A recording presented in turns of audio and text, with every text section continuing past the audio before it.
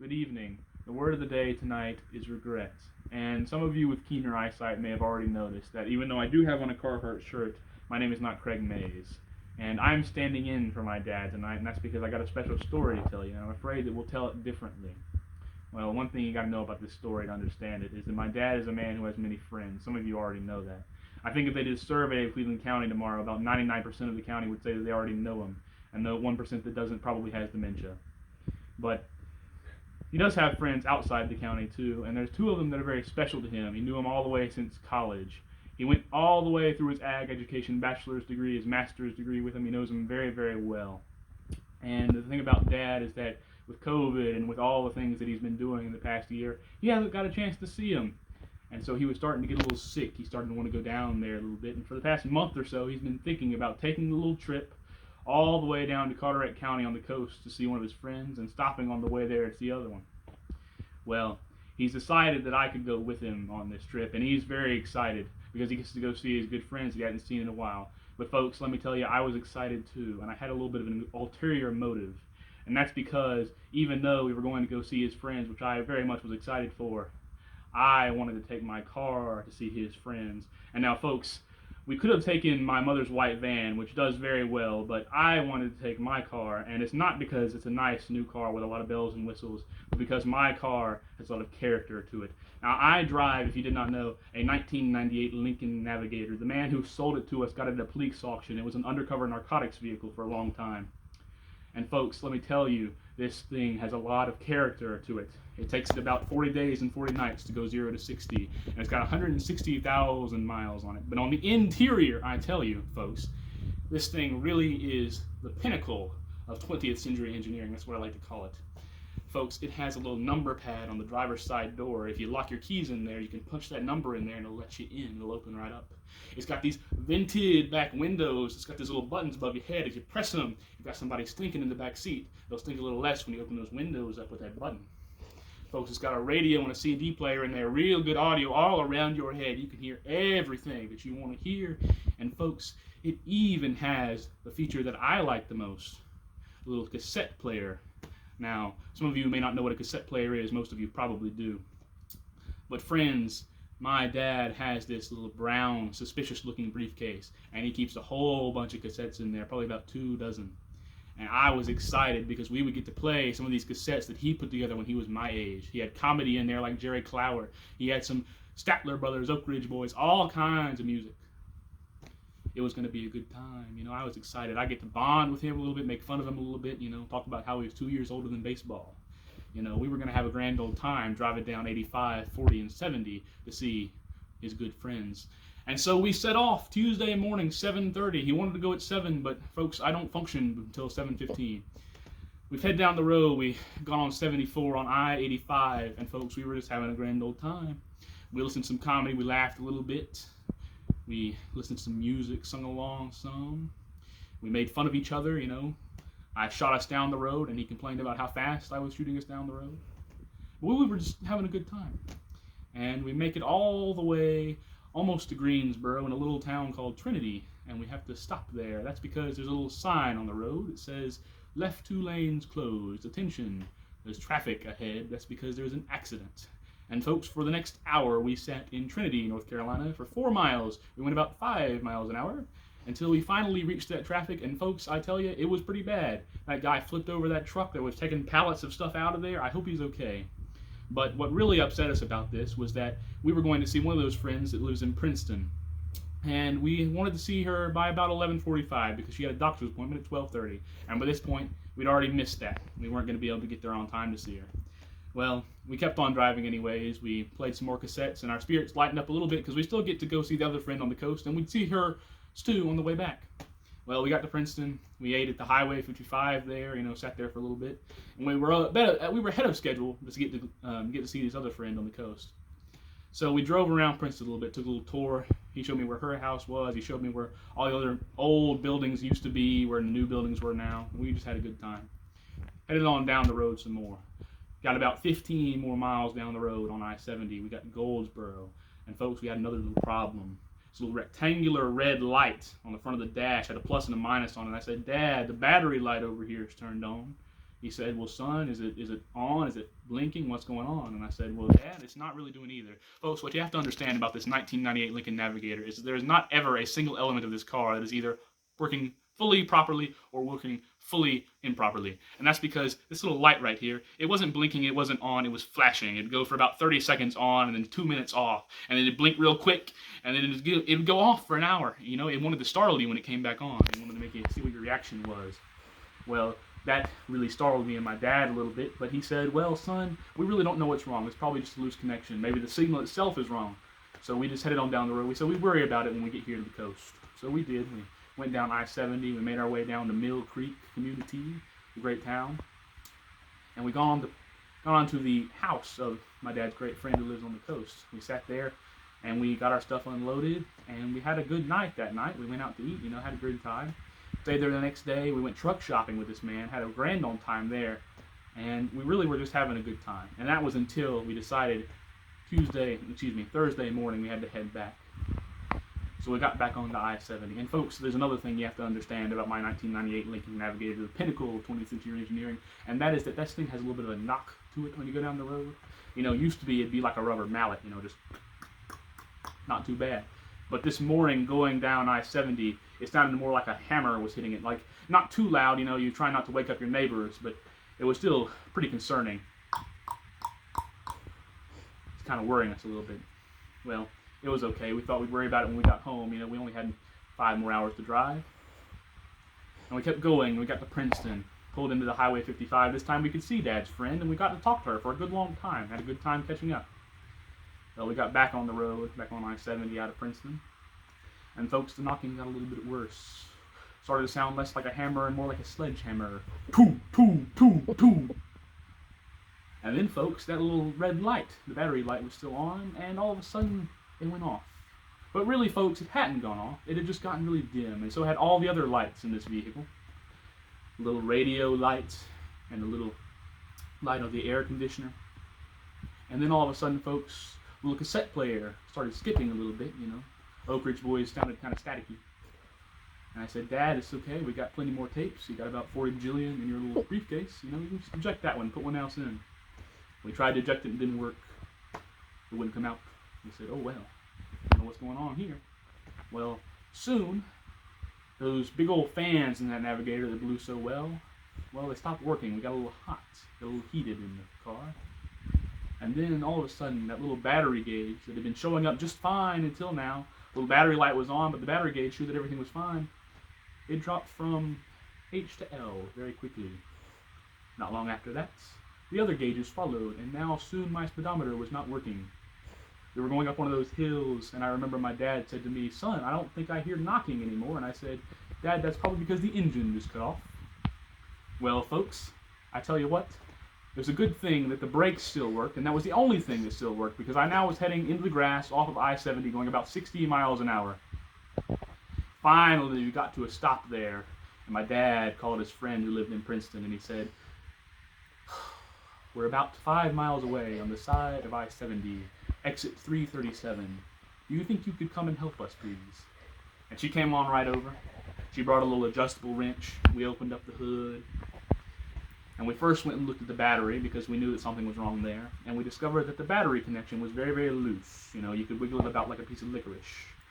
And so my dad said, son, I'm also worried about the oil. He said, I don't like that knocking sound. He said, go ahead and look on that dipstick of oil and see if you see any. So I picked it up there. And I don't know how many of you are familiar with changing your oil. But for those of you that are, I will let you know right now that we did not need any rag to wipe the oil off of that dipstick. There was not a drop on it. We couldn't see any at all. I don't know how the engine didn't explode already. But we got a little concerned about these things, so we decided we were going to go on down to Advanced Auto Parts with our good friend. And we got there and we got some jumper cables. They were very expensive. And we got 5 brand new quarts of oil. So we drove back on I-70 and we turned around, drove back over to where the Navigator was setting, put in 4 brand new quarts of oil, and we hooked up those jumper cables on our car to the brand new car that our friend had brought out for us to use. Well, we got those jumper cables on there. And we got that thing powered up a little bit, and I got back in the Navigator. I took those keys and I turned it and went, and it cut right on. Folks, the little gauge went back on. That battery light went back on. and the battery gauge went back up to H. And I was saying, oh, this is great. We're back in business. So I took it and I put it in drive. They told me to drive it forward just to see what happened. I drove it for about 5 feet, folks, and then that air conditioning cut back off. It got hot. And the speedometer went back down, and the engine cut off once again. And my dad went over there back to the battery, and he said, son, what's wrong? I said, Dad, it's cut off again. We don't know what's wrong. So we opened up the hood and went back to the battery again. And he felt of that cable, and he said, oh, I know what's wrong. The whole connection had just pulled off of the battery there. He said, we need a new connection. So we drove back on down I-70 to the Advanced Auto Parts, and we got a brand new battery clamp to put on there to connect that thing up right this time. Went back down I-70, turned around, came back to the Navigator, and we put on that brand new battery clamp on that thing. And folks, that battery clamp got on there, and I got back in that car and turned the key, and the Navigator went, hum! It shot right up, didn't even need the jumper cables. There was no more battery light on for good this time. It wasn't just dim. And that radio was playing good. And that air conditioner was blowing out that cool air. We thought that we had it made. Right back down on 70. And Dad said, we'll go about 5-10 miles. He said, if it sounds like it's going good, then we'll just take it on home and worry about it when we get there. And if it doesn't, then we can turn right back around and go to my friends in Princeton. So we get back on I-70, and I tell you what, folks, for the first 2 minutes, that Navigator thought that there were police riding in it. It was driving better than it had been since we got the thing. There was no knocking. There was no knocking at all. We were doing good. We were going up and down those little hills in the Piedmont. And folks, after about 5 minutes of driving, that all changed. We went back up one of those hills of the Piedmont. This one was a little bit steeper, and I was pressing on that gas, and that knocking came back. First it was like the mallets, and then the hammer, and then the sledgehammer. And then it was like someone strapped a jackhammer down to the bottom of the engine. And folks, I started to press on that gas while we were going up that hill. And the Navigator didn't want to respond very well anymore. So I said, Dad, I think we're going to need to turn around. And he said, okay, son. Well, there's an exit in 1.25 miles. We'll turn around there. And so we did, and we kept going in the Navigator. The knocking just got worse and worse. The pedal just worked less and less. But we made it. We made it, this little exit, and turned off. Made a left turn there to go to that intersection where we were going to turn right back onto I-70, on the I-70, and go down to Princeton again. Well, folks, we got to that intersection, and I remember my dad looked at me and he said, he was pointing over at the left turn lane. He thought I'd missed it. He said, get over, son. We got to get back on I-70. And I looked at him and I said, we are not going to get back on I-70 in this vehicle. Folks, what my dad did not know is that at this point, I was pushing that pedal all the way down. It wasn't pedal to the metal, it was pedal to the bedrock. And that Navigator was going... There was a little hill in the intersection, it was barely making it up that. And he did that little thing when he gets frustrated, he'll narrow his eyes a little bit and he'll start to bite his tongue. Folks, I could have swore I saw a little bit of red on the bottom of his front teeth. He was mad. But the Navigator, I think it knew what was going on. It heard the debate, and it decided to chime in itself a little bit. Folks, that jackhammer knocking that we've been hearing all along, well, it got a little bit louder. And I could tell you, it probably sounded similar to the Allied planes did when they were bombing Berlin. Folks, it was boom, boom, boom. And my dad looked over at me, and he had a little change of heart. He said, son, next driveway you see, turn right into it. And he didn't have to tell me twice. So we went through that intersection and we pulled right into the Performance Glass Incorporated parking lot. I don't think they wanted us there, but we parked in their grass because their parking lot was full. Went inside and we talked to them and they said, yeah, you can stay here until you get towed. That's okay. They were really nice guys. They said, we only charge by the square foot. But we stayed there and we called back the friend from Princeton again and said, hey, we've been spending all afternoon with you. You want to spend some more time together? And she called a tow truck company that she knew for us. And folks, I tell you that we did get to ride through Princeton again. We got to see the sights of the city blocks, but it was in the back of a light blue Dodge tow truck wrecker with a Navigator in tow behind us. So we pulled that Navigator back to her house. We set it in her yard, just barely drove through the gate to get in there. And we set it down. We went, and they were real nice to us. We got to sit in their house for a while and wait. Because right at this moment, my mother and sister were driving down I-85, coming as fast as they could to come pick us up. But it was going to take them a while because Princeton is about 4 hours away from our house. So we ate supper with them that night, and we spent some time with them. Our friend's daughter came over. We got to see her, too. We had a good time. We just talked to them for a long while. And really, under other circumstances, it would have been nice. It was really nice just to sit and talk to him for a while. But finally, after about 4 hours, my mother and my sister arrived. We got back in her van that we probably should have taken to begin with, but, you know. And that Navigator still sits there right now. The engine in it probably is in about 17 pieces, but we don't know yet. We haven't looked. I'm kind of scared to. We moved all of our luggage into that van, and I remember we were talking all together, and Sarah, she's got to go teach school the next day early in the morning. She said, I'm tired. I am not going to drive. And my mother, I'm not sure if she can reach the pedals anymore. She's a little short. And my dad really needs cataract surgery. So I decided I was going to drive us home that day. And we got in the white van. It was about 10 o'clock at night. And we drove down I-70 this time. We were headed west again. We get on I-70. And after what felt like all night long, we finally made it past Raleigh and past Greensboro, past Charlotte. And now, folks, there was a good storm among us most of this time. There was a lot of rain.